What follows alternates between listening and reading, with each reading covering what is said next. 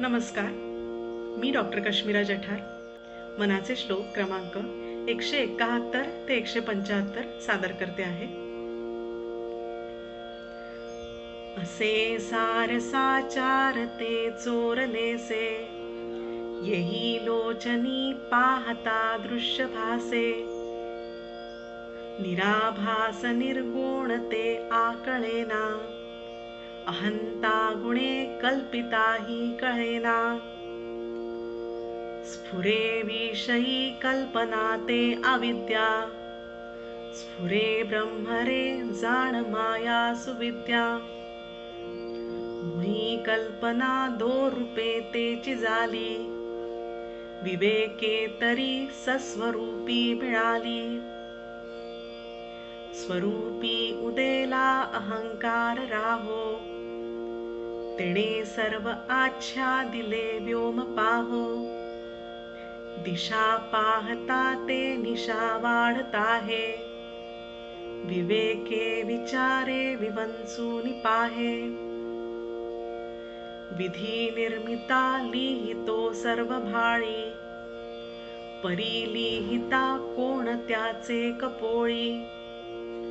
हरू जाळितो लोक संहार काळी, परी सेवटी शंकरा कोण जाळी.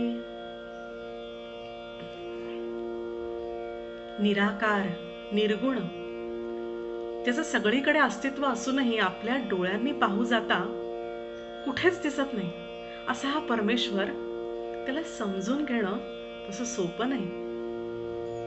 त्यातून इथे रामदास स्वामी म्हणतायत की आपलं मन जर आधीच अहंकाराने व्यापलेलं असेल तर त्याला त्या परमेश्वर दिसणं सोडा, त्याचं अस्तित्व, त्याची कल्पना ही देखील झेपणारी नाही. सूर्यग्रहण काळी सूर्याला राहू गिळतो अशी कल्पना आहे. रामदास स्वामी म्हणतायत आपल्या मनातले दुष्ट विचार, विषय वासना, अहंकार हे देखील या राहूसारखे आहेत. ते आपली जाणीव, आपला विवेक यांना खाऊन टाकून मनाला ग्रहण लावतात. आणि मग सूर्यग्रहणात पृथ्वीवर होते तशी मनाची देखील एक सैर भैर अवस्था होऊन जाते. त्यातून हे मन सांसारिक गोष्टीत नको इतकं गुंतलेलं. मग अशा सगळ्या बाजूने पोखरलेल्या या मनाला त्या देवाचं अस्तित्व जाणवणार तरी कसं? तर इथे तर रामदास स्वामी आपल्याला सगळ्यांचा विधिलिखित लिहिणारा ब्रह्मदेव आणि वेळ आल्यावर सर्वनाश करणाऱ्या शंकर यांच्याही पलीकडच्या सर्व शक्तिमानाकडे पाहायला सांगतायत, त्याला शोधायला सांगतायत, जो आहे फार दयाळू. संकट काळी आपल्या पाठीशी ठामपणे उभा राहील, आपल्याला मोक्षाकडे नेईल.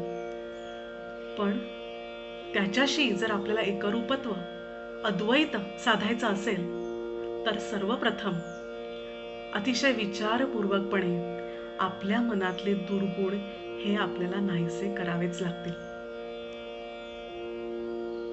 जय जय रघुवीर समर्थ.